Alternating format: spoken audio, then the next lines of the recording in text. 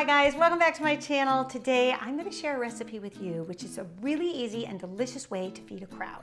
It's for my roasted pork tenderloin with a sweet soy ginger glaze with roasted carrots and fennel. If you have a big family gathering happening in the weeks ahead, this is the recipe for you. And special thanks to Swift Meats for sponsoring and collaborating with me on this video. For this recipe, I'm working with a boneless pork loin, and I love this cut because it's an 8 to 10 pound loin, which is a perfect amount to feed a crowd. You can find a cut like this at your grocery store or at Costco, and you're probably there already shopping for your party, right? But in order to roast this most efficiently, because we want to sear it first, I'm going to cut it in two. So you kind of want like 4 to 5 pound roasts. So really, it doesn't have to be an exact science. You can just eyeball it and cut it in half. Make sure that your knife is nice and sharp. There we go. There, and that will just give us 2 equal size roasts. And then the next thing we want to do is season with a little salt. So you want to get this part done the day before your party. That way, when we salt it, it could sit in the refrigerator overnight and really tenderize the meat. I find that this is sort of a quick and easy way to avoid having to brine it. Just put a little salt on it. All right, so we're going to do a half a teaspoon on each loin, just like that. There you go. And then we're going to put each one in its own casserole dish. And then you can cover each one with a little bit of plastic wrap or foil, whatever you have. And then you're going to pop these in the refrigerator overnight. And that's all you have to do. Then the following day, you want to take your pork out of the refrigerator at least 30 minutes before you plan to sear it, just so that it can come up to room temperature a bit. That will help it cook a bit more evenly. While your pork is getting up to room temperature, you can prep your vegetables. I love the combination of carrots and fennel with pork because they're both a little bit sweet, especially when you roast them, and it just really enhances the flavor of the pork.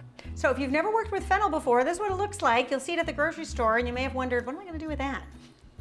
Usually it has fronds that come on top of it too. These, for whatever reason, had been cut off. But the bulbs are really delicious when roasted. So I'm working with 3 bulbs of fennel. I have 2 already cut here. I'll show you how you prep it. You basically just cut off the root end, and then you want to cut off the stalks, like so. And then just go ahead and cut them into wedges. So I don't cut them that big because my rule of thumb is if you're roasting vegetables with any kind of meat, the meat takes at least 45 minutes depending on how big your loins are. So if you start to cut your vegetables too small, they'll end up really shriveled up by the time the pork is done. So my motto is the longer the roast, the bigger the vegetables should be. Great, and then I also have some shallots. So I have 3 shallots that I've also cut into wedges like this. I think when you're trying to get a large piece of vegetable, cutting them into quarters or wedges is the way to go. So we're just gonna put these on our sheet pan. And the same thing was with the carrots. You don't wanna cut them too small. I just cut off the end, and then you can cut them into thirds. I think that's probably the best way to go. I like to cut them on the diagonal like that because I think it just looks prettier that way. Everything fits on our sheet pan. We're gonna drizzle about 3 tablespoons of olive oil all over the vegetables. You can just add a little salt and pepper to taste. There we go.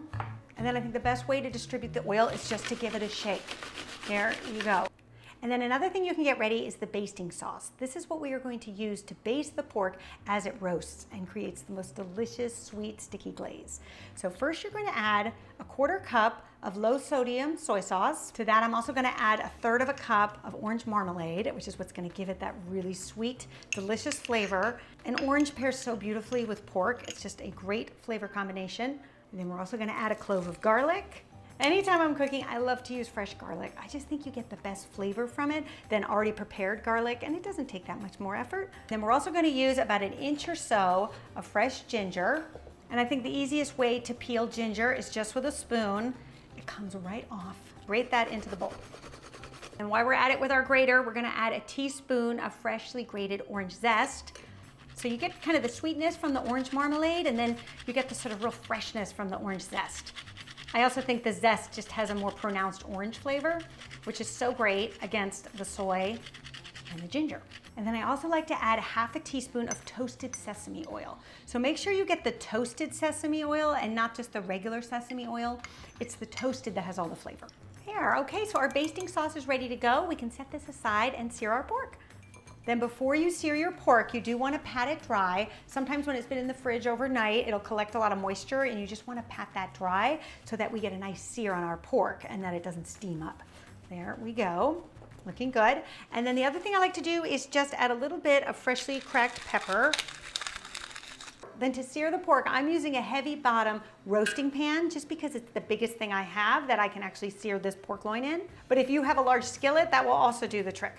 Then you want to add a tablespoon of vegetable oil in the bottom of the pan, and you want to put it fat side down. There we go.